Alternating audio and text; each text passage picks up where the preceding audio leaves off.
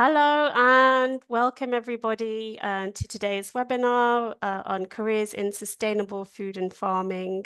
We're just waiting, or just I think everyone should have joined by now. So I'm going to start. We have a really great lineup today of 4 incredible people working across the sector. But before I hand over to them, I'm going to do a quick introduction and some housekeeping. So my name is Roshni Shah. I am the Diversity Outreach Coordinator here at Sustain. If you don't know, Sustain is a powerful alliance of over 100 organizations working together for a better system of food and farming. Together, we advocate for food and agriculture policies and practices that enhance the health and welfare of people and animals, improve the working and living environment, enrich society and culture, and promote equity. My work specifically centers on broadening racial diversity across the whole sector, as well as trying to open up information about the careers that are available so we can get as many people as possible interested in the movement and working in the movement. And as part of that work, I co-manage the Roots to Work platform. The Roots to Work platform may be where you found out about this webinar today, but if you didn't, I will let you know what that is. So that is, it's a jobs platform essentially for jobs in good food. So that's across the sustainable food and farming sector. But more than that, we host a whole host of interesting resources on our website as well. So it's rootstowork.org. We'll share all the links later. And alongside jobs, you can find blogs about with more career profiles like this, links to events and all sorts of other educational resources, including careers in sustainable food and farming resource, again, which we will share. Now for everyone's favorite bit, housekeeping. This is a 1-hour session. We are recording it. Therefore, we can't let any other sort of AI systems in to record, but we will host this video on the Roots to Work website, and we will share all slides, resources, and this recording with you after the webinar. I welcome everybody into the room today. Thank you for spending the next hour with us. I would love to create a space of inclusivity, curiosity, and respect. So I urge you, please be mindful of all the different backgrounds and keep the questions respectful. Thank you. And in terms of questions, we hope to have about 10 minutes for questions at the end. So the chat function is disabled for this webinar today, but you'll see the Q&A section at the bottom of your screen. Please pop your questions in there as they come up. You'll be able to see everybody's questions, and if there's any that you particularly like, you can upvote them, and we'll be able to see that. At the end of the session, we will have a very short feedback survey. If you could take just a couple of minutes to fill that in, that'll be really helpful for us. We are hoping to run a series of these webinars over the next few months. So if you have any ideas for any sort of careers or job roles you'd like featured, or you would like to nominate people, you can also pop that in there. Right, I'm almost ready to hand over to the speakers. And before I do, I'm going to talk a little bit about my own career journey. So I'll be very brief. I'm currently Diversity Outreach Coordinator at Sustain, but I actually started my career in fashion. And that was great. But as I got into my 30s, I realized that what you start doing in your 20s isn't maybe what you want to do for the rest of your life. I was working in an organization that was very exploitative of its staff and down the whole supply chain, and fashion in itself is not sustainable. So I realized what I was doing did not chime with my values. Therefore, outside of work, I sought to do things that did. So I started volunteering for a charity called Food Cycle. It was at Food Cycle where I first recognized the power of food in creating communities. And that was so powerful for me. Volunteering with Food Cycle and cooking for large groups on a weekly basis then gave me the confidence to start my own supper club, which is another thing that brought me so much fulfillment. It was really joyous for me bringing people around a table over good food and seeing the connections that developed. Eventually, I got to realize that outside of work, I was really happy, really fulfilled. My day to day was really miserable. So I left, and I was lucky enough to get into a program called On Purpose. On Purpose is a career change program for professionals who want to get into the social impact space. So be that working for social enterprises, NGOs, charities, and anything in the third sector. Over that year program, I worked at a community center and a tech for good. And when I came out, it was COVID, so I didn't do anything for a while. But eventually, I started working for a community center in my borough and Made in Hackney, a vegan community cookery school. At the community center, I had a team of community organizers, and we looked after all of our community activities, including a food hub. And it was really great for me getting that grassroots experience and connecting day to day with communities. At Made in Hackney, like as I mentioned, they're a plant-based community cookery school. I led their first national program, Plant Prospects, where I was responsible for teaching, helping other organizations to become more plant-based. It was on this program where I met Sarita, who is actually also the diversity outreach coordinator here at Sustain. She's currently on maternity leave, so she'll be coming back in a couple of weeks as I exit. Just to show you how this network works. So over the past 7 years, I've developed a really nice network in the sector, and there's lots of faces that I see pop up all the time. And really, it's just been great for me. And it's for me, what I really love is that I've been able to work in spaces that really reflect my values and my passions. So food, community, and then coming into this work, I've been able to work on creating more inclusive spaces and do work that has a real justice focus. So that is me. I'm going to hand over now to our first speaker, but this is who we have on the lineup today. It's a really good lineup, as I mentioned. Now I'm going to hand over to Shereen. I'll let you introduce yourself. You're on mute.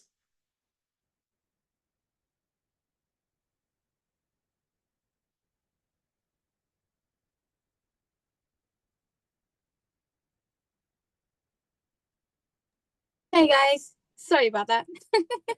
Hi, my name is Shereen Chung-Blake. I'm the program coordinator for the Future Gardeners course, and that's led and managed by Bankside Open Spaces Trust. Can you all hear me? Yes. Yay, brilliant. Okay. So I'm going to start by just talking about the picture that you see there. And actually, that's the community garden that I founded, and that's really what started my whole career. So I never had any intentions of going into horticulture. I was in education, a teacher, assistant head for many, many years, 17 years. And it was outside of work. I live in a council estate, and I went to my local estate manager.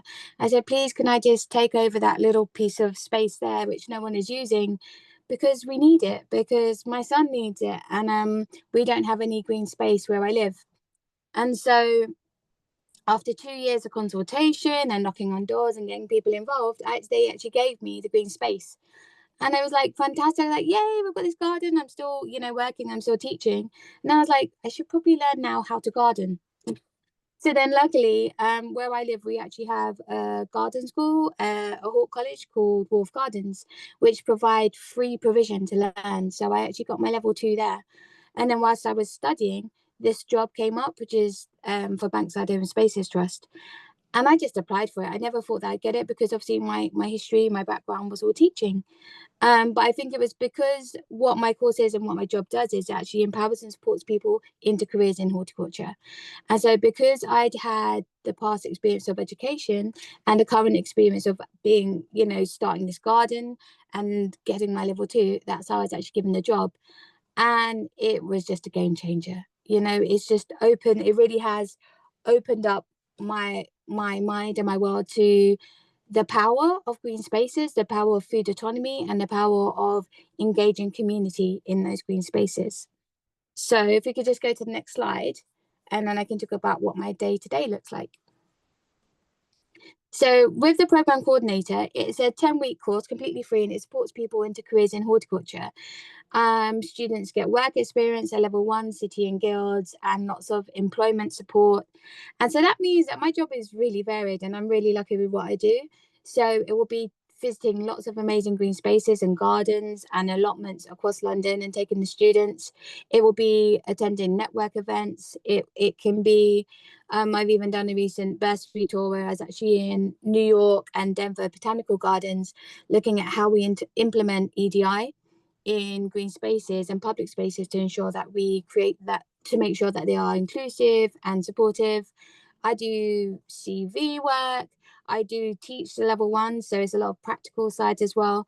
But above all, it really is about creating relationships and supporting people on their journeys and on their careers into horticulture, and lots of plant IDing and the practical sides as well. So that's really my day to day. And what I get paid for, but I wear a couple of hats. So I also, as I mentioned, how I got into this is that I started a community garden where I live. So I also run and manage that. And we also do quite a lot of work with the food grain aspects and food delivery aspects. I also run another community group, which is to support people who've survived DV, and that's called the Sisterhood Supper Club Collective, and we do lots of workshops in green spaces and well-being through that as well. So I have quite a lot to manage, but there's a connecting thread through it all, which connects to my values, which is community empowerment, community connection to nature, and food autonomy. And I think that if you're looking to change your career, or often we start by doing it in our extra time or outside of our paid work, and it can become a lot to manage. But it really is about following your values and your passions, because for me, even when I was teaching, I was a teacher for 17 years, but the reason I progressed so much was because my value was always community engagement and empowering people and empowering communities. And that thread just remained with the work and the job that I'm doing now, in terms of supporting people into employment, into safe spaces and long-term career paths, not just into employment. And with obviously the community garden, which is about helping neighbours to know each other, food autonomy, and supporting each other. So because they're all intertwined, is that the word?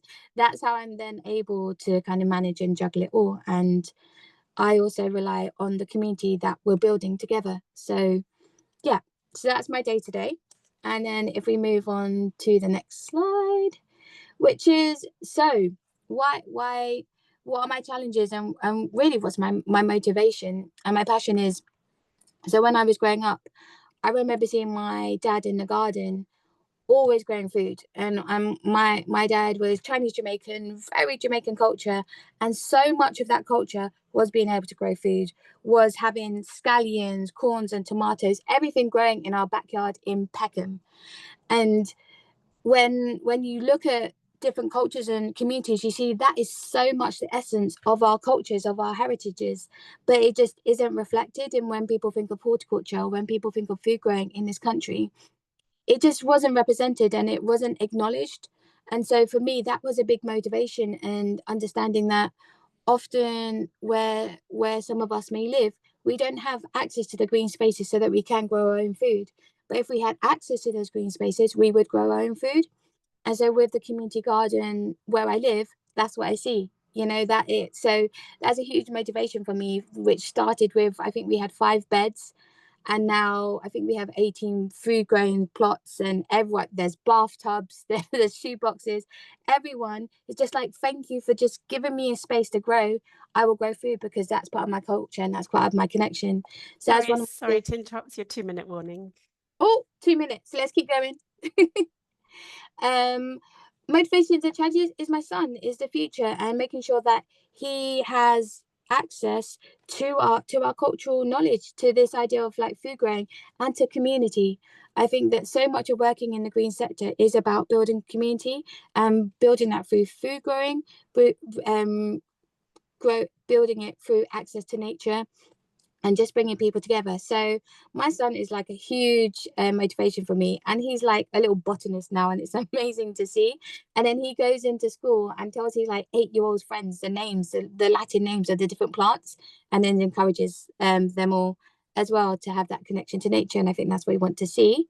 If we go to the next slide, again, I am so happy that the role that I can do has an impact. So I'm very passionate about EDI and ensuring the accessibility into our industry, and we've seen the results through the changes that we've made in the program.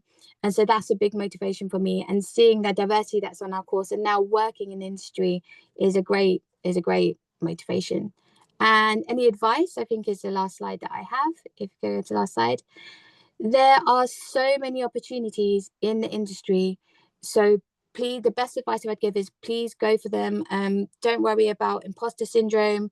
You know, I come from a completely different background, and I've just said yes to so many opportunities, and that's taken me from Camberwell to the Orkneys to New York to Colorado, literally around the world, and into a fulfilling career. So I'd say just go for it. Thank you. Thanks, Shereen. That was 8 minutes on the nose. Excellent work. Hey! Thank you so much. I'm going to not waste time and hand over to Sunita. Sunita, go. Thanks so much, Roshni, and thank you, Shereen. That was so wonderful to listen to. And I think a lot of what I'm going to say is going to echo the values and the advice that you so helpfully shared. But yes, my name is Sunita Ramani, and I am currently a campaign manager for a charity called Foodrise. But to go way, way back, nearly 10 years back, which is pretty wild, I was at university having absolutely no idea that this is what I would end up doing or that this was the path I would pursue. But what I did know is that there were a few things I was incredibly passionate about. One of them being food, and specifically at that time, more focused around animal rights. So I had become vegan just before going to university, and that ended up shaping a lot of the things that I got interested in while I was there. So as you may know, if you've been to university or currently are at university, there are often lots of clubs and societies. So when I was at university, there was a vegetarian and vegan society that I got involved in. I ended up running it in my second and third year of university. And through that, I made a lot of connections and got involved in a lot of things. One of those being an animal welfare charity, which you may have heard of, called the Humane League. So I got involved with them. I became a regional representative in my area, which meant that I was doing things I never knew how to do before, like organizing events and leading protests. You know, I went on my very first protest, and then suddenly I was organizing them, and I was, you know, doing educational events and awareness and talking to all these other students. And I guess unknowingly stepping into leadership roles and gaining skills that I hadn't had the opportunity to have before. I ended up with some of my leadership team at that society managing to get some grant funding, just looking online, applying for grant funding from a vegan funding organization, and actually setting up an event for students, an eco festival, which had over 100 students attend. We brought in lots of charities and different people and food stalls, and it was an amazing success. So that gave me a lot of confidence and opened a lot of doors as to all the organizations and charities and different types of careers that exist in this sort of animal rights, food systems, climate campaigning world. But even then, as I was leaving university, I had no idea what I wanted to do. I didn't really know how any of this could become a career. So I was very passionate, but yeah, had no idea what I wanted to do next. So if we could go on to the next slide. That takes me to my first role, which I was doing before Foodrise, which was just something that I happened to stumble across while I was looking for a job. I graduated with an English literature degree, so no specific career path laid out for me. Came back home, it was the pandemic. I needed a job and I had no idea what I wanted to do, but I did find an amazing website called Creative Access, which is specifically targeting creative roles for people from minority ethnic backgrounds, socioeconomically disadvantaged backgrounds. And I was doing some research on there and came across this role for a communications agency called Greenhouse, which is a climate communications agency. So specifically works with organizations in the climate space to help them amplify their stories and amplify the work they're doing specifically related to climate and environmental issues, which for me felt like a real intersection of my passions at that time. You know, I'd studied English, I loved reading and writing, I loved speaking to people and presenting, and obviously was incredibly passionate about climate and environmental issues. So I had an amazing 4.5 years at Greenhouse where I was exposed to so many different opportunities, worked with loads of different organizations from businesses to NGOs to activists in the climate space. And I was very, very lucky to be able to attend 3 COP conferences, which are the global United Nations climate conferences that happen every year, where I got to meet so many incredible people. And the longer I was at Greenhouse, the more particularly because of my passion already in this space, I ended up working on a lot of food specific projects.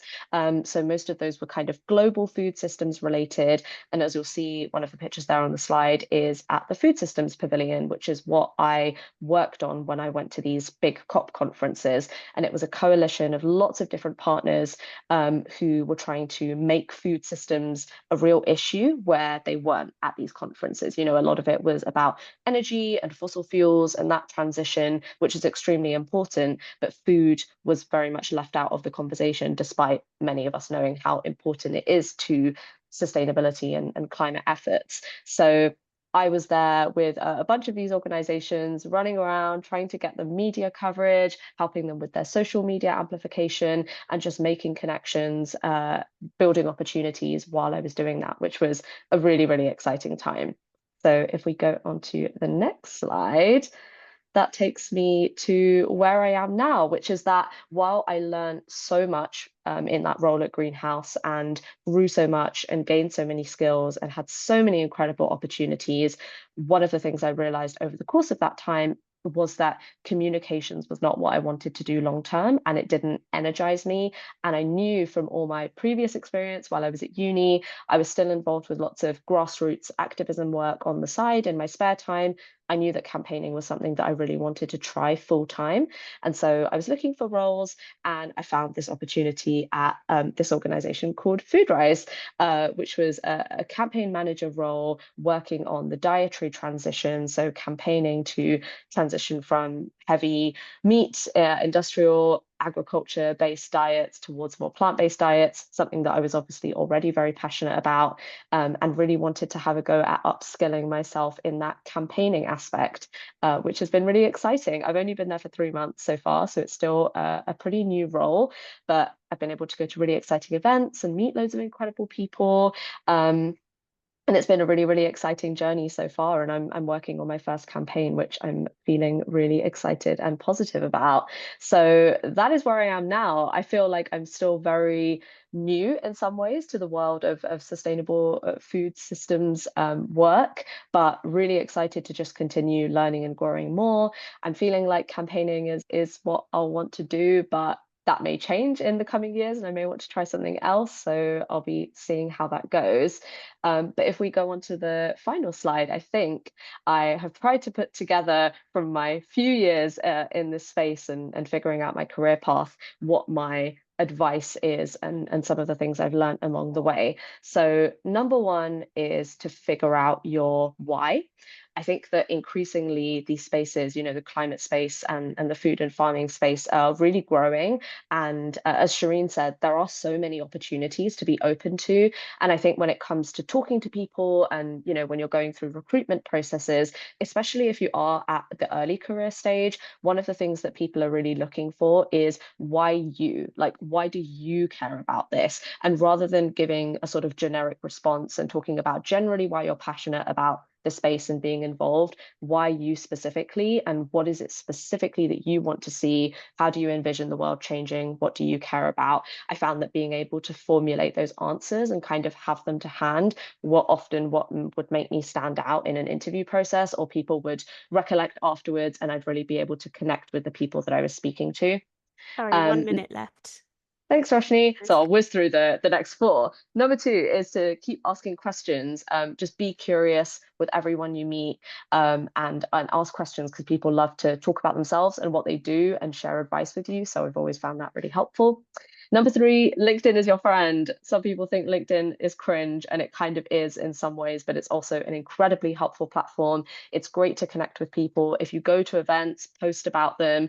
If you have interesting thoughts about the space that you're in or the space you want to be in, post about them. People will start connecting with you and you will start to have a voice, which is really helpful. Number four is that skills are very transferable, especially in the roles I've done: communications, campaigning. Even if you haven't worked in the food systems space previously, there is a lot that you will bring to the table. So have a think about how the roles that you've done so far, whether it's volunteering, student activism, whatever it might be, how can they be made transferable for the roles that you want to have? And then number five, particularly in the context of this wonderful panel with such diverse voices, is find your people. They may not be the people that you're working with directly. You may not feel that you always belong in the communities that you're placed into, but find your people outside of those spaces. Platforms like Roots to Work, for example, and connect with people that you meet that you feel share your values and are like-minded, and that will really help you to sustain your energy doing this work in a space where maybe we don't always 100% feel that sense of belonging.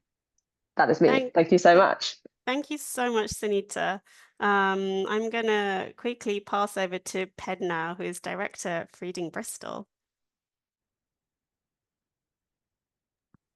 Thanks, guys. I imagine there's going to be a similar amount of same stuff being talked about here. But yeah, I'm Ped. I'm the charity director for Feeding Bristol, and amongst being trustee of various other projects in the local area. And Feeding Bristol is a charity that ultimately works to address the drivers and impacts of food insecurity in Bristol through strategic, collaborative, and community-led approach. And we recognise this as quite a food insecurity is quite a complex problem, and whilst we focus our work mainly in Bristol, we do also engage on a regional and national and sometimes global scales in terms of some of the work that we're doing and the organisations that we do interact with. Can you skip it to the next slide, please, Roshni? So what does it mean to be a CEO, in particular in like a charity organization? It's quite a varied job, but ultimately your role is to kind of oversee the operational delivery and I suppose financial delivery of the charity and social enterprises main mission and goals. I kind of try to see it as a stewardship of that charity during your time there. Is you're not there to deliver your own personal objectives or goals. Sometimes it's very much you have a mission as a charity, you're buying into that mission, that's why you're joining that organization. It's often very much aligned with your own personal missions anyway, but you're there to make sure that that charity is achieving the goals it needs to achieve, that it states out in its actual mission on the charity website. I think it's really important that within roles like this, that there's a level of accountability and responsibility that you have to accept and take on, but also just really much recognizing that you're not alone. They talk about kind of like that old adage of it's lonely at the top, and it can be for sure, but actually it really is about the important about thinking about who you surround yourself with, the team that you work with, and how you share that load. It's not all just on one person to do all the work. I mean, ultimately, you're only going to be as good as the team that you do build around you.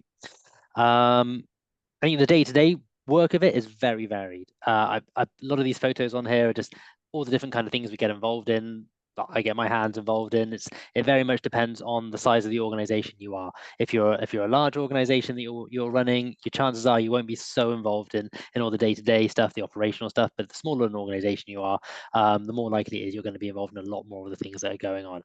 Feeding Bristol is a small organisation. We only have a core staff of just over 4 FTE, so full-time equivalent. So actually, I do get involved in quite a lot of stuff. However, there are some very kind of main skills, transferable skills that the CEO does or an MD does need to have in roles. And that's really, you know, there's a financial element to it. It's understanding budgets, cash flows, financial information, spreadsheets, balance sheets, how to do audits. It's all really good fun if you love that stuff, but you do need to have an understanding of it. You need to have a real understanding about governance, HR, and policies of an organization or a charity and how that operates. You need to think about leadership and how you direct an organization and the influence that you're exerting upon those that are in the organization, but also how you represent that organization outside of the organization in an external capacity, and the way that reflects on the organization. People skills.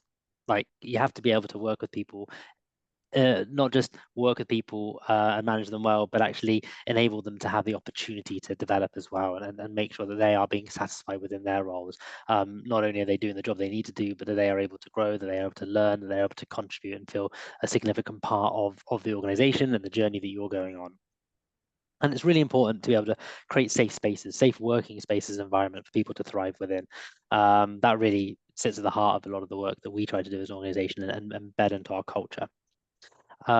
Also, within a charity and social enterprise, you do have to work within a structure of a board of trustees, which can be quite daunting if you have not done that before, but they're all generally very friendly, lovely people who just want to help. So you do have to learn how to manage that, so you're managing up and down at the same time. But most importantly, I think it's also really important to be true to your values and ethics and your morals as while you're doing the job, and absolutely do not have to compromise on them, no matter what other people say. Sometimes you can put really strong EDI and J, you know, justice values at the heart of any organization that you're working within, and you can make it work and you can make it thrive in that way, no matter what the kind of old-fashioned business approach might be. Why I work in the sector, I think ultimately, I found something in terms of the role itself that I do well. I enjoy. That's ultimately the heart of it. I get up every day and I enjoy managing an organization. I enjoy the finances. I enjoy developing an organization. I enjoy working with people, and I enjoy the work we do as a charity. But ultimately, I'm working within this sector because I want to see change happen. I want to see social and environmental change happen for the benefit of people and the planet. Can we skip over to the next slide, please? So how did I get here? I've been on a bit of a meandering path. I studied at university and did marine biology. I got very disillusioned with the scientific community and the fact that no one seemed to care about climate change back then. I bummed around and I did some traveling. I came back. I worked in small to medium businesses, food retail businesses and food hospitality, until I had a moment where I decided I should be doing something better with my life, and I made the jump and took the risk of quitting my job and trying to find something a little bit more aligned with what I wanted to do, and that found me the community farm. And at the community farm, I had the opportunity to take on the managing director role quite early on, and to guide that for several years, and to help grow that organization. And then that led me on to Feeding Bristol. Ultimately, it's been I didn't find my call until I was into my 30s, and I was very fortunate to have a partner who was very much like, give it a go. You know, if you want to do something that, and she was probably the first person that really showed belief in me and said, do what you want to do, because that's going to make you happy. Quit your job, find something better. And that actually gave me the platform to give it a go, and that's really where I've got to where I am today. But please don't tell her that if you see her. Inspiration and motivation. I mean, she knows it already, but inspiration and motivation ultimately is change. It comes back to change. There's many scientists, there's many inspirational social activists that I'm inspired by, but it really comes back for the desire to be changed. And I would say some of the people I met on the journey as well, the people I work with in the communities in Bristol, some of the people I met, within this room probably, and in this panel, these people are, if you like, the find your people thing that Sunita was saying, like they inspire you. It's the peers and the colleagues that you work with that continue to inspire you to do what you do to make change. Think about the challenges. Any charity, financial issues are always a challenge, and running a charity is very, very difficult, especially when you have employees and you have to think about the duty of care of people. That is hard. However, I think the biggest challenge I've had in this sector in food and farming is, quite frankly, not being white, and it is difficult, and it is a predominantly white-led sector. It's a sector that thinks around agroecological sector in particular, that thinks it's a bit holier than thou as well. And they have not enjoyed some of the challenges that I brought over the last decade of working in this sector. It's starting to change, and that's really positive, but it's taken too long for a sector that deems itself to be the movement that's going to create a better food system. 1 minute And warning, Ed. thanks, Roshni. One and a bit.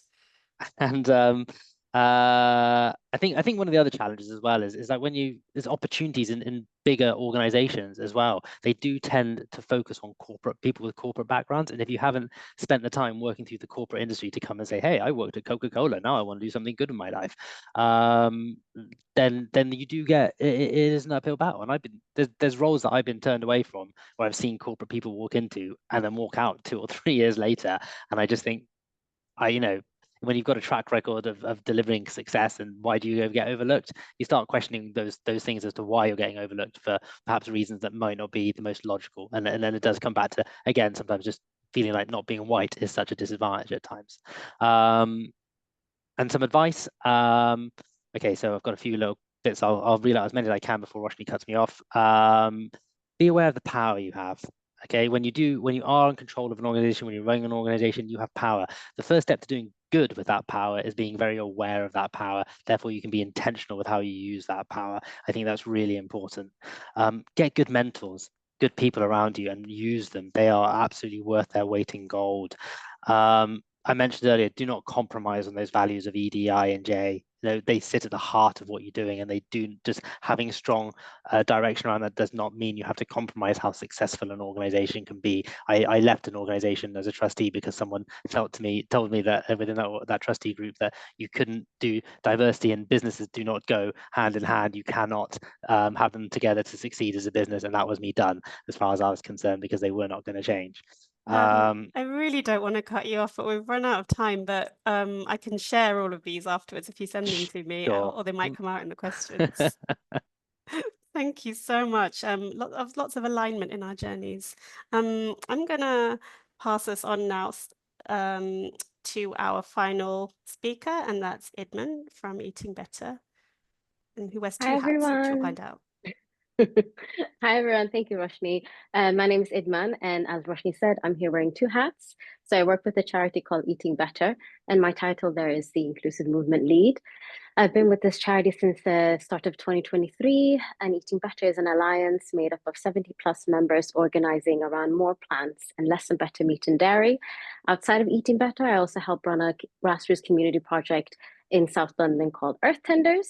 So just going to zoom back to the start of my career journey. As a young person, I always had a deep appreciation of nature and found a lot of solace outdoors, which led me to pursuing an undergrad in environmental management in Scotland. It was in university, I really got interested in exploring the intersection of social justice and food and environment. I did a dissertation on climate migration, inspired by my time living in Somalia as a teenager, hearing about how community members share their stories of how climate change induced drought impact the agricultural and pastoral practices. And I myself come from a long line of pastoralists. And my university experience was very interesting, and it almost set the tone for my journey working in the sector and organizing. I was quite often discouraged bringing politics or like social justice and my lived experience into my academic work.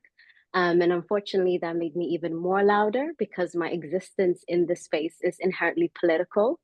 So skipping forward to moving to London, I kind of stumbled into the community garden space. I started working at a community garden called Cordwainer Scroll as a project officer in Hackney. I worked with 2 really incredible white women that believed in me, that encouraged me. And after the 2020 BLM uprising, they intentionally hire people of color to run projects and resource programs that are by us, for us. And in 2020 and 2021, we ran a project called Bloom, which platformed Black and female gender nonconforming people working in land-based work and working in horticulture and in environmental spaces. In 2021, I fundraised for the first in-person Bloom program, working in collaboration with the Union of Hackney Gardeners. This program had a huge impact on myself, the people involved, and the community that was built after it. At the time, there weren't many nature, food, land-based programs focused on uplifting the knowledge and experience of Black women. And this program made me feel a sense of belonging. I felt deeply empowered to continue this work, and I learned the importance of finding your people and taking up space. So that's very much, I feel like we've talked a lot about the importance of finding your people, but that really influenced, I guess, my journey into the sector. Moving on from Bloom, I work on a lot of different worked freelance on a lot of different projects. I've worked as a wellbeing support worker at a community center. I worked on urban greening projects. I dove deeper into food justice and food poverty through working as a coordinator for the Hackney Sustainable Food Partnership, where that's actually where I met Roshni. And jumping forward to Eating Better and now, so at Eating Better, I've played a pivotal role in jumpstarting Eating Better's journey of embedding justice and anti-racism in our food system work. I published a resource last year called Nourishing Justice, which is on inclusive movement building. I've been working in collaboration with the Sustain Alliance, so with Sunita and with Roshni. And together we have set up programs such as how to be an anti-racism or how to be an anti-racist organization. We run a food and racial justice working group. Early this summer, we hosted a beautiful summit exploring the different pathways to decolonizing the food system, and PED was involved, speaking about feeding Bristol. And alongside this work, I've also been running a community garden for the past 2 years with my co-director, Ali, who I met as a facilitator through the Bloom project. And at Earth Tenders, at the core of our work is a deep celebration of land practices, traditional knowledge systems, and relationships with the earth. We believe that reconnecting with the land is an act of resistance, healing, and self-determination. Our mission is to nurture spaces where everyone, particularly Black and global majority communities, can reclaim land-based knowledge, build collective power, and shape a future where we thrive on our own terms. We run a range of activities at our garden. We run volunteering sessions, and last year we ran a very oversubscribed BIPOC growers group. And next year we plan to bring back that program, because it was so incredibly oversubscribed and also showed us the need of creating horticulture learning programs that are celebrating and uplifting the knowledge of people of color and non-Western land practices. We also run a culture of food growing project, we create space for people to come together, connect over food, we craft, we do well-being activities, and particularly in this current moment that we're living in and the kind of what's happening politically and socially, we find it imperative to create spaces for our communities to come together and to connect with each other and the land. We believe that everyone has the right to be in nature, everyone has the right to grow and the right to access to healthy and nutritious and culturally appropriate foods, and we try to create space for that. Yeah, I think that's often. I feel like I kind of zoomed through this very quickly, Roshni. That's super interesting. Can you tell us, you have a couple of minutes, unusually, just tell us about kind of the skills and kind of or transferable skills that you've gained, or what you need, or any advice you would give to people entering the sector. I guess similar to what everyone else said, I think the biggest advice I would give is finding your people. I think for me, it was very important that in university, I volunteered at different food waste projects and migrant centers. And I just started to try to do a lot of self-directed learning, through volunteering, started to meet with people who I aligned with. So I think finding your people is really important, because that to me gave me a lot of confidence to go on this path. And I would also say, don't be afraid to take risks and come up with kind of project ideas and create spaces that don't exist already. I think that with the Earth Tenders Garden, it was quite important for us to create a space that we don't feel like exists in London. And we also went on a RHS funded, we got a horticulture grant from the RHS, and we visited farms and urban gardens in New York as another way as connecting with people outside of the UK and learning how they set up projects that are run by and for people of color. And that was really inspirational. So visiting different projects that inspire you, I would highly recommend that. And just building those relationships. I think relationships is really what got me to where I am, because I still kind of circle back and work with a lot of the people that I've met in the past. And yeah. Brilliant. No, thank you so much. Well, for me.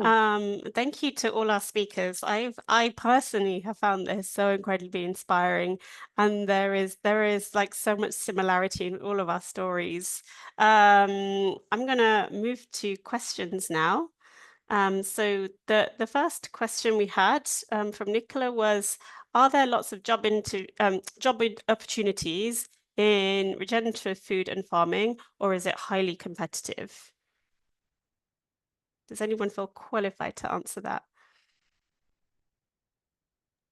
I mean, I can speak from the Future Gardeners perspective, and what we find is when it comes to food growing roles, they're more on the outskirts of London. It's quite difficult to actually get food growing opportunities and jobs, employment inside London. So we've had our past students who have had to move out of London for the food growing opportunities. But they are there. I'd say it's something I've seen grow a lot more in the last 10 years, like of working within the sector. And I think it depends on what element of the sector you're wanting to work within. Like, you know, growing work can be quite seasonal. It can be, you can find opportunities happen every year, but they're only like a fixed term contract and often not looking to be like a long term, hey, here's 5 years of security working as a head grower. But then like you do get a variation in the charity work. Often charities can't be quite as competitive financially as bigger organizations. So you can get a turnaround of people within these organizations. They come, they work for 2 years, they move on to something else, and opportunities become available as a consequence. That those jobs often are very highly competitive and difficult to get hold of, but they do come up quite regularly. Thank you. Yeah, I would say keep an eye on Routes to Work. A lot of people advertise through there. If you sign up to the newsletter, you'll see all the opportunities coming up. And within our blogs, and we try and share opportunities for training as well. And yeah, and I think that is one of the real shames about that side of the industry, is it isn't well paid. And that is something that and that is a barrier to people. Is not well paid and precarious, which can be a barrier to people from marginalized backgrounds. Okay, the next one is just wondering how you gained the financial savvy to start your own agencies, gardens, and programs. Maybe Shereen and Idman could take that one. I would never call myself financially savvy, but I think just eventually got good at writing funding applications. So yeah, I think that for a lot of grassroots organizations, funding is such a challenge because you're also working so hard on delivering the projects. And we're lucky enough that we were able to hire someone to help us with fundraising. But yeah, I wish I could give you an answer. One thing that I have started doing is just asking, doing call outs and asking if people, you know, that have they're a bit more privileged and have a little bit more time and resources, if they want to kind of believe in our cause and what we're doing, if they can volunteer some time to help us with just helping us with funding applications, or helping us with just like access support when writing funding apps. So I would say don't be afraid to ask for help, especially if you're doing something that is incredible and has a lot of potential. Put yourself out there. But yeah, it is quite a lot to put on people that are trying to already create change in their communities, and also maybe also come from maybe working class background and are not financially literate. It's really difficult to try to like navigate the funding landscape. One thing I've also learned through working the food partnership is being bold with funders. Like, don't be afraid to kind of like be bold and really ask for what you want and what you need. And yeah, it never hurts to kind of put yourself out there. And yeah, what's the English saying? Um, I forgot it. I'll find it. I'll find it. If you don't Yeah, ask, you don't sorry. get. Yes. Sorry. Yes, I'm if you don't recovering from ask, a you don't cold. get. My brain is a bit blurry. If you don't ask, you don't get. I'll end it there. Shereen, do you have anything to add before I go to the next question? Yeah, I would just say you could also contact your local council or your local government. That's how I was able to get the funding for the establishment of the community garden. So as part of the actual legal documents of the council of the time, which said that there was a project called the Greater Estates, and that meant any residents who lived on that estate, if they could get a group of 5 residents together, they could then apply for the funding for access to allotments. So I'd always recommend looking at your local council, see if they've got anything on offer to support. And a lot of councils now are adopting the right to grow. So that's another way in to possibly get some funding to start a food growing initiative with local residents. Great, thank you so much. We have a couple of questions around how to sort of move over into this career, so how to change over. So one is around how to get into policy and campaigns and environment, and another one is about how to move into community development, food growing and land connection. So I'll take those two together. I mean, I can just state quickly from my experience, if you have capacity, find organizations that you like and start volunteering with them. That's a really good way to make inroads, make connections, also find your people, learn about what you like. I'm going to just leave it then, open it out to the floor. Sunita, you'd unmuted. Yeah, on the campaigning policy one specifically, I definitely echo the point about volunteering, obviously, if you do have capacity. And then I think like with campaigning specifically, often if you sort of, get to the point of making applications or interviewing, people will ask you questions about campaigning, potentially pose ideas of campaigns to you and see how you think them through, things like that. So I think it's worth really taking the time to understand what campaigning is. And the great thing about campaigning is there are a lot of really good free resources online. So if you just look up sort of, campaigning in whatever particular sector it is, there will be, campaign toolkits and information about previous campaigns that have been done and how they worked and why they were successful. And I think taking the time to understand, especially in this, digital world that we live in now, the different approaches that are possible with campaigning, have a few examples under your belt of like campaigns of that have worked and understanding why they worked, I think is really useful, even if you have not been a campaigner as a sort of full-time role before, to be able to sit in an interview or to write in an application about campaigning with a sort of knowledgeable perspective I think makes a massive difference. Thank you, Sunita. And if anyone can advise on like food growing, land connection, community development. I mean, I was actually going to just make a quick comment, just that I think there's an emphasis here on things that need to get flipped back to employers as well, to think about how they're opening up opportunities and giving people opportunities. I think that's something that needs to be considered more. The onus isn't just on the person applying. Organizations who within the sector, full stop actually, around all organizations need to think about how do they break down barriers to people both applying for jobs, but also getting interviews and how they approach that. Yeah, thank you, Ped. And we're trying to publish some guidance around that, about how to make your job adverts inclusive, how much experience to ask for, like, do you really need 5 years experience in X, and hiring on potential rather than experience. So yeah, it's really important for employers to consider. Shereen, did you have something you wanted to say? Probably just what repeats what everyone else has said as well. And again, the volunteering I think is a huge one. So we always recommend that our students, if they can and do have the capacity, to volunteer, and also just like actually do, like with the campaigning, like the speaker said, going out and doing it firsthand. That's how you gain the experience. And there are other courses. So with the community gardening aspect, the course I got was actually with Social Farms and Gardens, and they do a gardenizer course.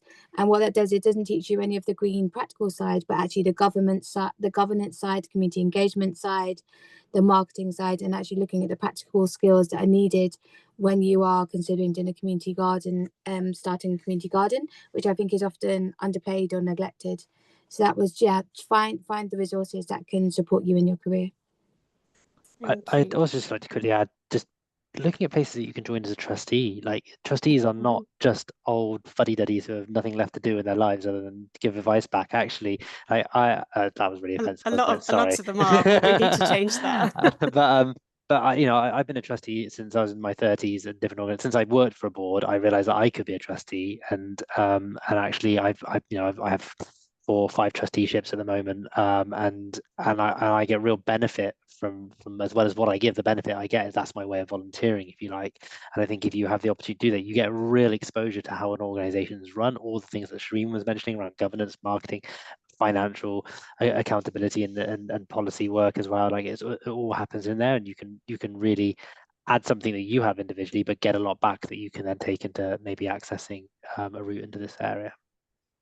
Thank you, Ped. And on that, I just want to say that in the next week or so, we will be publishing on Routes to Work a blog on how to diversify your board, because they are very pale and stale across the sector, and there is so much talent that they're missing out on. But in that, we will include resources on if you are someone who wants to become a trustee, where you can look for guidance, because there's often a lot of imposter syndrome around that.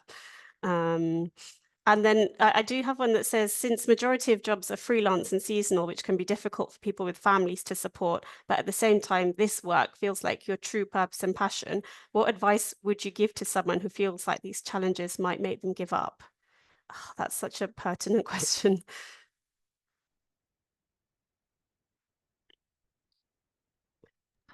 Oh, I wish, I can't say, as someone that I'm a single person, I don't have children, so I don't know what it's like having to balance freelance work whilst also providing for your family. I know that when I was starting out and I was doing a lot of freelance projects, I was just excited about having the opportunity. So I would just like accept really, really kind of badly paid gigs. But it was also through talking to other women of color that have been in the sector for a lot longer than me, I started to learn how to kind of try to negotiate my fee. That was like a whole journey as well, to be able to like push back to the people that want to hire you or contract you to work on a project and challenge their fees. Just try to advocate for yourself.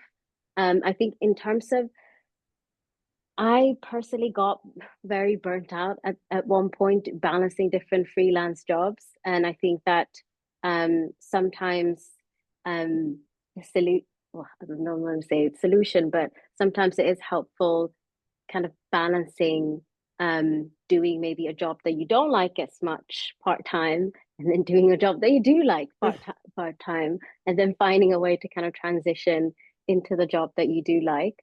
But it's a lot of compromise. And I don't know if any of you else have better advice, but I think this is something that I think is still very much there's a challenge, and I think we're just figuring it out. The sector doesn't pay people very well. It's a huge barrier. Thank you, Idman. Maybe Shereen, as a parent, I don't know if you have advice. Yeah, for me, it was incredibly hard. So as I'd mentioned, I transitioned from being assistant head teacher for many years. So, quite comfortable in where I was at. And my wages went down by half. And I just remember, like Ted, because it was a part-time role, and I think that's one of the challenges of this sector, is that there's so many part-time roles and not actually full-time roles. And I remember being embarrassed to say how much I was actually getting paid. And it was a really wake-up call to actually what I could survive to live on, one. So obviously we had to cut down the costs. And then two, I was, just as mentioned, I did ask for raises, and I did apply for other jobs to fit in with the other half time. And then actually when I'd applied for those other jobs, and I got the other jobs, I was then offered my role full time, which made it a lot more sustainable. But it is a challenge, and it often is about just having to be able to, one, advocate, as mentioned, and I did ask, for raises because I couldn't survive. And then two, that balance of just trying to, maybe take on more than one job if needed to get the finances in, but it is a real challenge, and it is something that the sector needs to address and really look at. Thank you, Shereen. I'm going to have to end it there. Our feedback survey is up on your screen. Huge thank you to all of our speakers. That was so incredibly inspiring. So we find your people, live by your values, don't be scared to ask for what you need, and a call out to the sector. Let's start paying people properly. Let's end precarious contracts if we really want to diversify the sector and open it up to as many people as possible. Thank you, everyone. It's 2:00, so I'm going to say goodbye. Thank you to our wonderful audience. Thank you for the brilliant questions. Bye-bye.